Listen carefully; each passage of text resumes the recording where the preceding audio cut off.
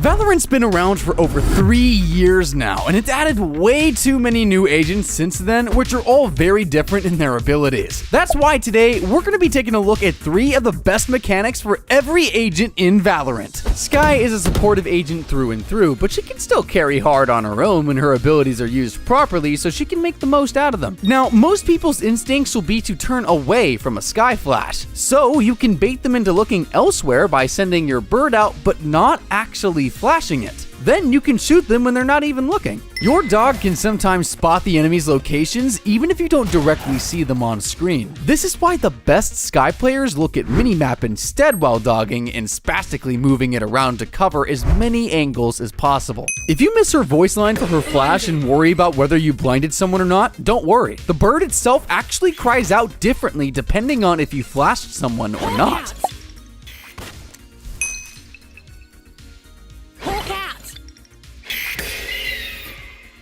Yoru, an agent that's considered by many to be the worst in the entire game. But if you use these mechanics properly, you can make some pretty good plays with them. You can use your clone to boost yourself so you can get your teleport into higher spots. And speaking of Yoru clone, you can also use it to fake footsteps to fool enemies. 30 seconds. When you have your ultimate, don't forget to buy a shorty. This is because the shorty has the fastest equipping time and you can use it quickly after you get out of your ult, netting you a free kill and possibly even a free gun. And with Astra on the other hand, you can put down a star just near the spike in the post plant, then use your gravity well on it to interrupt the defuse, making them vulnerable. You can knife through your ultimate. You can fake smoke by placing your stars in normal smoke spots but recalling them instead, letting you fight enemies that might not be ready for the smoke to go down so quickly. KO may be known as the agent that has one of the worst solo queue win rates in Valorant, but these tips might just help you beat that statistic. Use the alternate throw of your flash for pop flashes, as it goes off much faster than the left click. KO's Molly has the same trajectory as a bunch of other abilities. If you already know Kiljoy Molly lineups, you can use the same ones on his Molly and they'll work most of the time. On the other hand, his Molly also has the same trajectory as a Viper smoke orb. This means that you can use Viper's orb in custom to find lineups for his Molly. It's much easier since Viper's orb shows its landing spot on the map in custom. Now, despite all the nerfs Chamber has gotten, there's no denying that he can be incredibly strong in the right circumstances. There's still a whole lot of things he can do with his one teleport anchor, so here's some tips on how to use it right. You can use Chamber's teleport ability for free as many times as you want during the buying phase, so don't forget to get onto high places and crazy off angles before the round starts. You can switch to your headhunter quickly after you fire one bullet with your ultimate to both animation cancel and also to be able to fire a shot quickly. Your teleport doesn't care about verticality, so you can go as high or low as you want with it, which can make for some great teleport spots, like down in Tunnel and Fracture. Neon is known for her crazy movement options and how impossible it is to hit her, but her high gear isn't everything. Her other skills are just as important when it comes to playing her to her highest potential. Neon's ultimate resets her slide, so you can use her slide right before you use her ultimate to essentially double slide. Her wall works like a projectile, so remember to aim a little higher so that it can go as far as possible. You don't want to accidentally get a sad little wall just because you aimed at the ground. It doesn't matter how high you throw your stun, as it'll always bounce back to the ground anyway, letting you stun enemies from far away.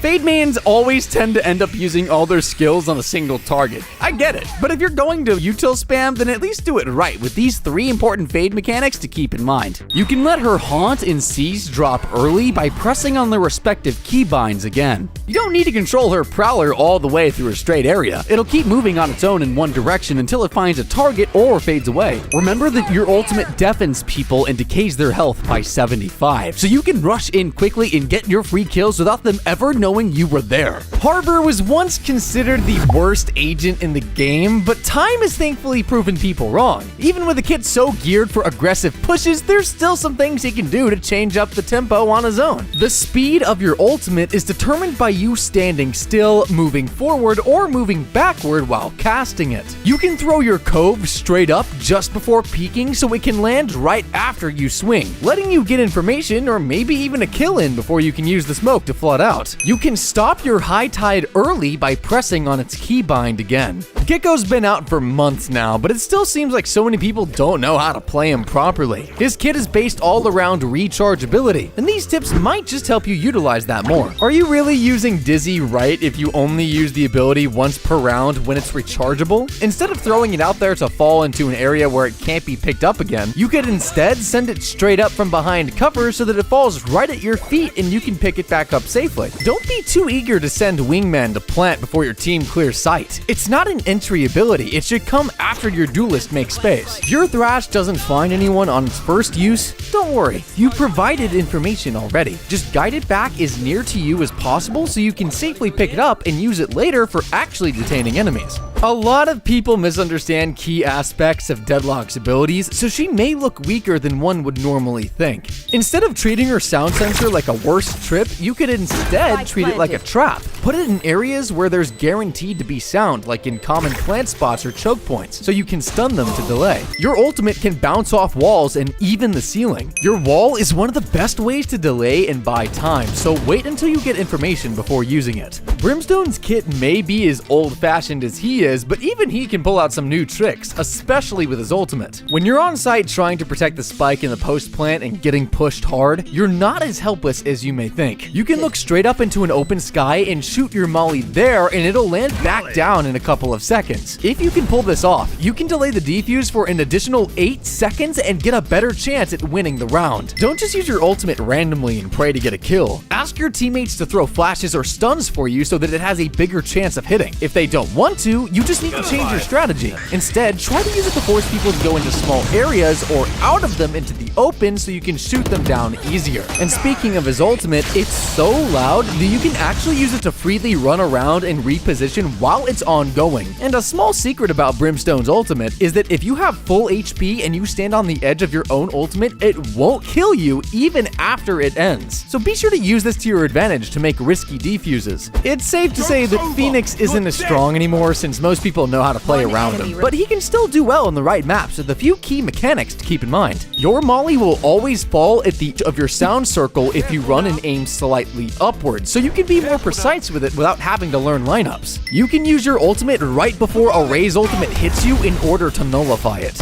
Instead of flashing in the direction you want to peek into, you could instead flash in the opposite direction so that it pops behind you as you peek out. It's basically the same flash, except you don't have to wait for it to pop before you can swing without getting blinded. From Pocket Sage to Battle Sage, there are plenty of tricks that are already known to the player base due to how popular she is as a pick. The best Sage players, however, would find a way to balance these two sides with some tricks up their sleeves. Some Sage slows cover a large area of the map even though they land in similar spots, which is why some lineups are actually necessary. Sage can revive herself in a custom game by turning on auto respawn, dying while inside the map, then walking up to her own dead body and using her ultimate on it. Instead of grimwalling, which can be kind of expected these days, you can instead create a little pocket to hide in by the side of your wall. Most enemies won't expect you there and won't think to clear you, giving you plenty of free kills. Sova is notoriously one of the most difficult agents to play, as it's so easy to use his abilities wrong. But if you manage to get him right, then you can be one of the most annoying people to fight against. In a good way. Just like a lot of other AoE abilities, Sova's Shock Dart deals more damage in the center than along the edge.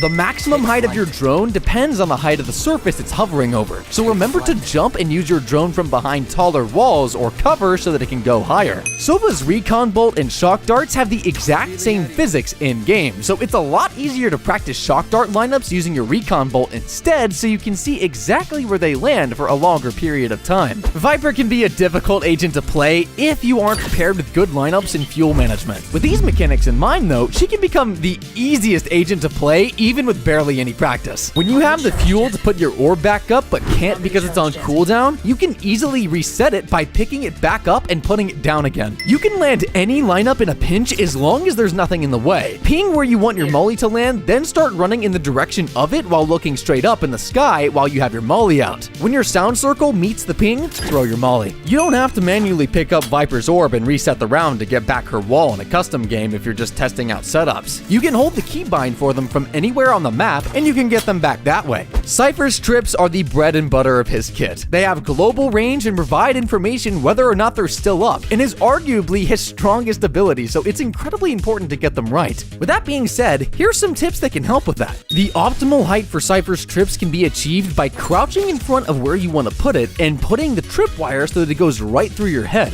That way, enemies can't jump over it or crouch under it without any movement abilities shooting it or triggering the trip. That said, there are some instances where it's better not to do that. During a fast execute, the enemies are likely to clear as many angles as possible and making a lot of noise. In that situation, you can put your trip inside the site itself and put it as low to the ground as possible so they walk over it without knowing, and you can get an easy kill even when your site is getting rushed. The tag from Cipher's camera can actually open the teleporter doors on bind if you shoot it through the teleporter. Even though Reyna's kit is pretty straightforward, you can still do a few neat little tricks with her abilities that can give her the upper hand in the pure gunfight she often finds herself in. You can cancel your dismiss early, messing with people's timings when they don't expect you to re-peek so quickly. When there's already an orb available and you need both a dismiss and a heal, you can use your ultimate right before picking it up so you can do both and go invisible. Remember to aim your leer high up on open areas or close to the ground in closed spaces to displace enemies' crosshairs when they try to shoot it. Kiljoy is arguably the best sentinel in the current meta, and some of these mechanics are exactly why she's so strong. You can place your mollies behind walls or in hidden spots so that they don't get shot as easily. Your turret has incredible line of sight, so be sure to use it to cover large areas. Some turrets can even allow you to leave an entire chunk of the map completely empty. You can technically silent drop from an elevated area by placing your turret underneath you just before you land. Playing Breach is all about using your abilities in tandem with your teammates' abilities for some explosive util dumps. But did you know that one of Breach's best teammates is actually himself?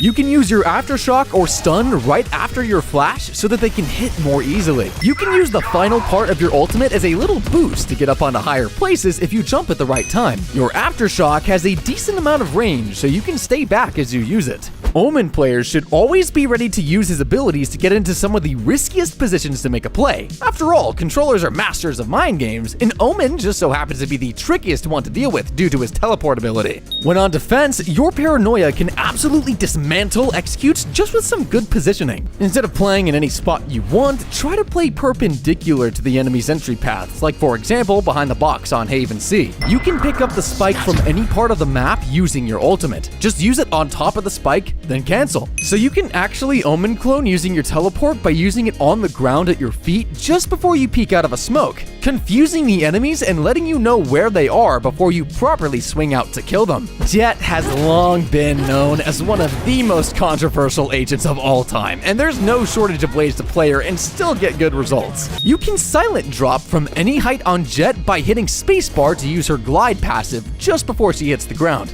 While it may look cool to tap heads with her ultimate while flying in the air, sometimes trying to track headshots in a really chaotic situation just makes things harder for you. Since her knives reset after a kill anyway, some of the best Jett players in the world just keep tapping away as soon as their crosshair is on an enemy's body and adjust their aim as they go. You should make it a reflex to smoke yourself off, especially when the fight gets hectic. Not only is it a moment to breathe, but it also gives you more options when it comes to angles to fight from or places to reposition to. A lot of people misunderstand Raze's kit and think it's incredibly simple. So here's 3 satchel tips to really elevate not just your Raze gameplay, but your creativity as well. Your satchels are useful for more than just entrying. If you know an enemy is in a close corner, you could fight them by sticking the satchel there to bounce them a bit and throw off their crosshair and shot accuracy just before you kill them. In a similar vein, you can use your satchels to wide swing and catch enemies off guard or even to disengage from a fight quickly. You can animation cancel your ultimate by putting down a satchel, letting you use it much earlier and also synergizing well with using ultimate and double satchels to entry sight and get an easy kill.